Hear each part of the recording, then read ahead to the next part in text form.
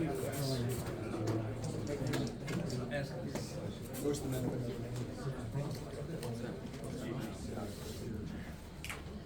right, we'll keep things going here. We have Will Brooks and Arion Carter. Ben, we'll start with you. Will, being from the Birmingham area, what did that moment mean to you and what you see on the play? Yeah, I mean, it meant a lot. Obviously, being Alabama is always just a great feeling, especially for this fan base, for all the players, all the coaches. It's just an unbelievable moment. So it was super exciting. David? For both of you guys, how would you describe tonight?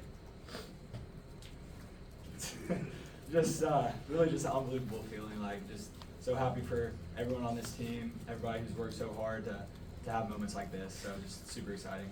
Yeah, just playing a great football team like that, finding a way, being in defense, defensively we were strong, being able to give, like I said before, offense something to stand on, be able to finish the game out, and just like, let me just say this, like this guy is one of the most unselfish people you'll ever meet.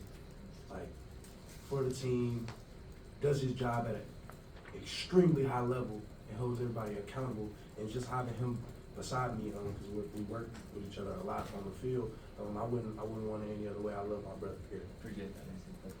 We'll go Rob, and then we'll go to Patrick. Arion, you've been here for some huge games before. What was the crowd like in the second half tonight on a couple of those occasions? Could you feel it? Oh yeah, it was rocking, especially on those last couple of drives. Like it was so loud, like they couldn't get their pass protection set, and just being able to have a crowd like that, screaming and behind your back is definitely a great feeling, especially having that confidence to go out there and dominate. Patrick? Will, could you take us through the interception, what you saw, what the call was? Yeah, so we were in just like former quarters, and I saw the quarterback kind of double pump for a second, and just gave me the time to be able to go make the play. David Pascal? This can be for either one of y'all. I don't know if y'all saw it when it was happening, when Boo Carter was kind of jawing at Kendrick Law, and Kendrick Law, hit him and got that personal foul penalty, which turned out to be huge, put him in 4th and 22. Did y'all see that kind of what was going on, and what was y'all's thoughts of that? Because it wound up being a huge deal. Yeah, I mean, honestly, I didn't really see what all happened. I just kind of saw like the flags get thrown.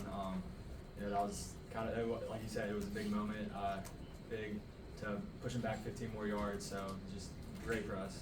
Yeah, it's just great that we were that happened. We were able to capitalize off of it, but like I seen it, and as I seen it unfolding, I just had to go grab him and let him know, like, hey, like it's a big time ball game in a big situation. Hold your composure. And he's a young player, like I am, and just being able to be a big brother to him and let him know, like, hey, like let them do that. We're gonna go play the next down, and we're gonna talk about him. We'll go Jimmy, and then Brent, and then Chris.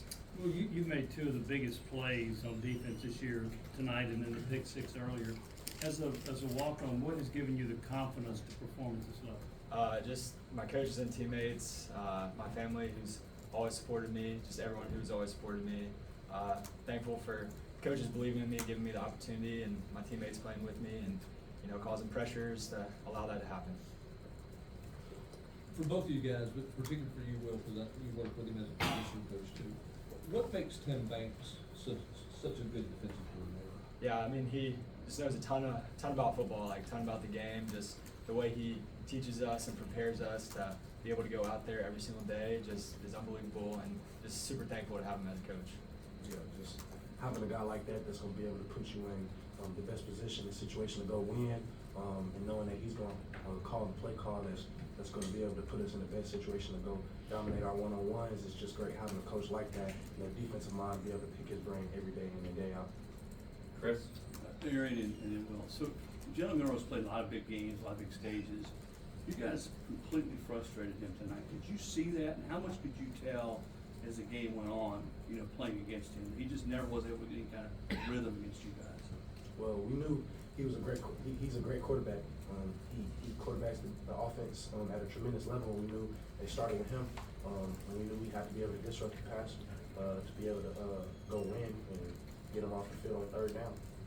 Yeah, I mean, like AC said, he's a great player. He knew that, like, obviously he has the ball every single play, and he can make plays with his legs and with his arm, so we knew we had to contain him all night, and I think we did a great job of that. Camille and Paige. Will, just kind of going off of Jimmy's question, I mean, for you as a walk-on, you had to take a bet on yourself to come here and commit to that, to get the game-winning play against your home state team. I mean, what kind of feeling is that from a walk-on to, the peak of the mountain? Yeah, it's an unbelievable feeling. I'm just so thankful for these coaches giving me an opportunity every single day. Just my teammates, just so thankful for this opportunity, and glad I was able to go out there and execute it. I want to build off of that, AC, when you had the high praise for Brooks earlier. Just what was it like watching the interception and then celebrating on the sideline after? Yeah, I was just telling them just a few minutes ago, like, we were in quarters coverage, and like I was a man on man, and I just seen it unfold, and I seen him break on the ball. Oh yeah, he's gonna go get that. So it's just great knowing you got a guy that's gonna be in the right position at the right time and do his job at a very high level. And I wouldn't want anybody else behind me. He was going like period. Will, a couple big picks tonight. Obviously, you had one. Jamal McCoy had a huge one there in that first half. What did you see on that play, and how well is he playing right now? Yeah, I mean, Jamal's an unbelievable player. He's, I see him every day just working, preparing, and he just does everything right. And it's great to see him be able to go out there and make those plays, because it's awesome to have a guy like that out on the edge and just know he's going to lock all the receivers down. We'll take a few more for Arion and Will. So we'll go to Vince next.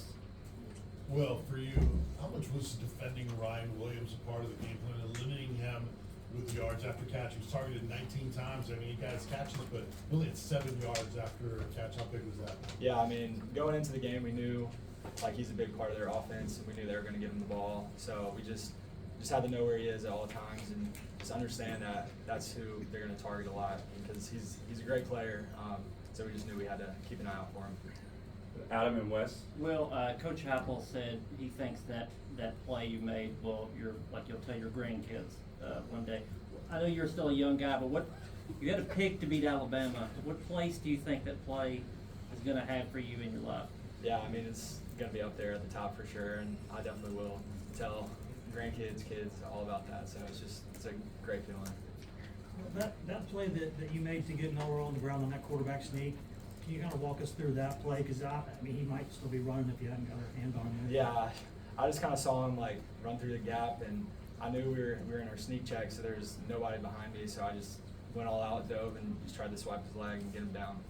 All right, we'll let Will and Arion go after this last question here, and then we'll have questions for Dylan. Right here in the front. Yeah, what was your first thing you wanted to stop with Alabama's offense to make them, give them trouble? Just stop. Just stop. First of all, we want to be dominant and stop the quarterback. How to stop the run game, obviously, that's where it starts first. And then after that, when we get them in tough situations, second and third and long, we got to get off on third down, know what they want to do, know the type of concepts that they want to run, route concepts, trust in my back end, and linebackers to do their job in the front end with great pressure. That's really what we need to do to close out this game. Thanks, Will. Thanks, AC. Thank you. Thank you all. Thank you.